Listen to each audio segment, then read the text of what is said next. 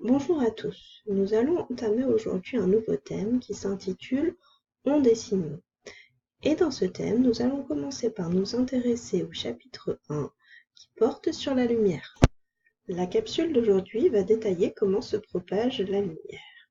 Et on va commencer par voir les nouveaux phénomènes et les définitions. Alors on va partir de l'exemple de cette photographie. Vous avez vu au collège que dans un milieu homogène et transparent, la lumière se déplace en ligne droite. C'est le cas ici pour ce rayon lumineux qui se propage dans l'air et uniquement dans l'air. Il se propage donc en ligne droite. Il arrive ensuite ici à la surface de l'eau et on va observer deux phénomènes différents au niveau de cette surface entre l'air et l'eau. Une partie du rayon qui arrive est réfléchi. Ça veut dire qu'il est renvoyé dans le même milieu qui est ici l'air. Et une seconde partie de ce rayon qui arrive, elle va passer dans le second milieu homogène et transparent, ici de l'eau.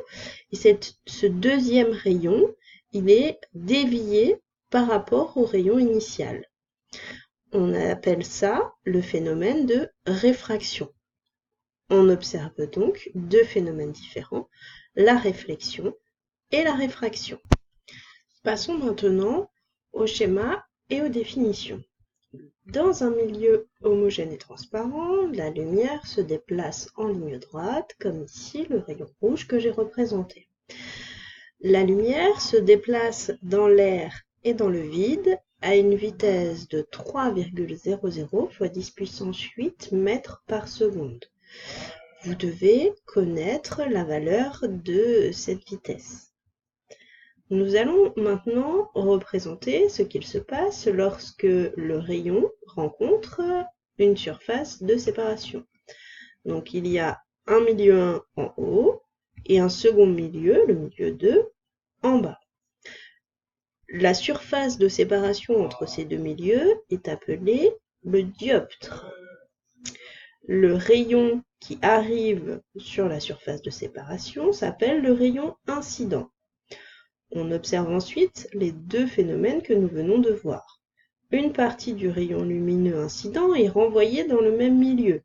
C'est ce que l'on appelle la réflexion. On a donc ici un rayon réfléchi. Et une autre partie du rayon lumineux incident passe dans le second milieu et est déviée par rapport au rayon incident. Ce rayon est appelé le rayon réfracté. On a ici le phénomène de réfraction. Par définition, la droite perpendiculaire à la surface de séparation et qui passe par le point d'incidence étant le point où arrive le rayon incident, donc cette droite perpendiculaire, c'est ce que l'on appelle la normale. Et c'est par rapport à cette normale que l'on va définir les différents angles qui vont intervenir dans ces phénomènes. On a l'angle d'incidence I1 qui se situe entre le rayon incident et la normale. L'angle de réflexion I' se situe entre le rayon réfléchi et la normale. Et enfin, le dernier angle I2, qui est l'angle de réfraction, qui lui se situe entre la normale et le rayon réfracté. Vous devez connaître tous ces termes, être capable de les placer correctement sur un schéma et même de reproduire complètement ce schéma. Donc voilà pour ce qui est du vocabulaire et des définitions. Nous allons maintenant passer aux lois qui régissent ces deux phénomènes, qui sont les lois de Snell-Descartes. Alors, il existe deux lois.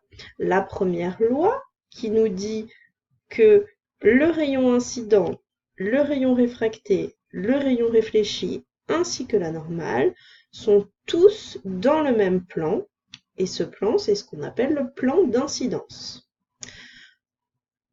Ensuite, on a la deuxième loi de Descartes. Alors, la deuxième loi de Descartes, elle se décompose en deux parties. La première partie, pour la réflexion, qui nous dit que I1 égale I', c'est-à-dire que l'angle d'incidence est égal à l'angle de réflexion, pardon. Par exemple, un rayon lumineux qui arrive avec un angle de 20 degrés par rapport à la normale repart avec un angle de 20 degrés par rapport à la normale. La deuxième partie de cette deuxième loi de Snell-Descartes porte sur la réfraction, et dans ce cas-là, on a la relation n1 fois sinus I1 qui est égal à n2 fois sinus I2, avec n1 et n2 qui sont les indices de réfraction des milieux 1 et 2, et I1 et I2, l'angle d'incidence et l'angle de réfraction.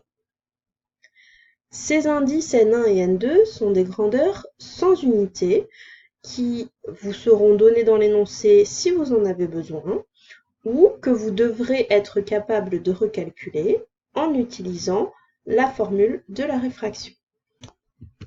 Voilà, c'est tout pour aujourd'hui. Merci et à bientôt.